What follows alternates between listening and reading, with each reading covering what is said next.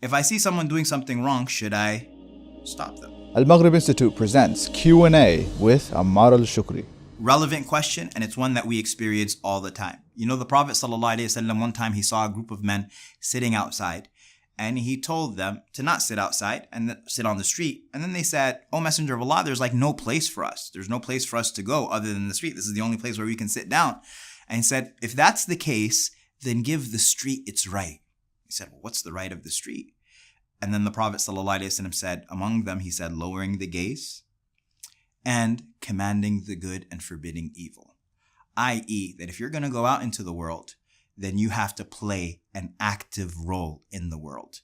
That if you see something that is a good that is neglected, that you command it. And if you see an evil that is being done, that you stop it. And we all know the famous hadith of the Prophet ﷺ who said, "مَنْ رَأَى مِنْكُمْ مُنْكَرًا فَلْيُغَيِّرْهُ بِيَدِهِ." Whoever of you sees an evil, then let them change it with their hand. And if they can't change it with their hand, then let them change it with their tongue. Speak out against it. And if they can't change it with their tongue, then let them change it with their heart. And that is the lowest level of faith. Where he says that is the lowest level of faith, or he said that is the weakest level of faith, what does that mean? That means that there is no faith lower than this. Meaning that if I see something that's wrong, something that's against the limits of Allah, something that Allah has forbidden, and I'm not bothered, it's no big deal to me at all, then I'm not even on the register. Like, my faith hasn't even popped up on the radar. Right? I'm beyond the lowest level. And so one of the obligations that we have towards each other, towards our community, is this phrase, al-amr bil-ma'ruf wa-nahy anil munkar. And this phrase is one that's hard for me to translate because I don't like the translation. Maybe actually, I would love if you could help me with the translation. And let me explain what al-ma'ruf is and al-munkar is. It's commanding al-ma'ruf, which is translated as the good. And it's forbidding al-munkar. Al-munkar is evil. And both of these two phrases involve in their meaning community action. How so? Ma'ruf means anything when you say someone so is ma'ruf, what does that mean? It means that that person is someone who is recognized. It is something that is known, something that is familiar, urf, customs, that which is recognized and familiar to a people.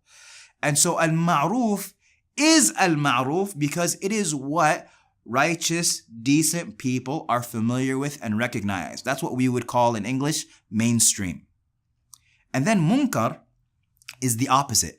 Munkar, when something is a nakira, right? In Arabic grammar, maybe you studied nakira and ma'rifah, definite and indefinite. Nakira is something that is unfamiliar, unrecognizable. It is something that righteous, decent people do not know. It is something that is unfamiliar to them. Like, for example, something that people are unfamiliar with. I know that a lot of times young people, they get very excited when they share with people older than them, like all of these new haram things that young people do, right? That's the definition of munkar. It's something that people are unaware of. And then you say, "Oh man, you're so old, like you're not aware of what's going on in the world today." I mean, it's decent of them that they don't know what... I was going to give some examples, but it is what they consider to be unfamiliar to them. It's what we would call underground. You have mainstream versus underground. And the underground is supposed to be underground. It's supposed to not be allowed to bubble up to the surface, because if it bubbles up to the surface and it becomes prominent, then the munkar has become ma'ruf. The underground has become mainstream.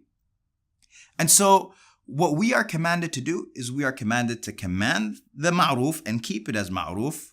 Everything that Allah subhanahu wa ta'ala loves in His Messenger, and make sure that those things are familiar to people and that it never becomes forgotten and it's always something that they are aware of and practice, and that you keep the munkar underground, that it be practiced in private homes, that it not be allowed into the public sphere.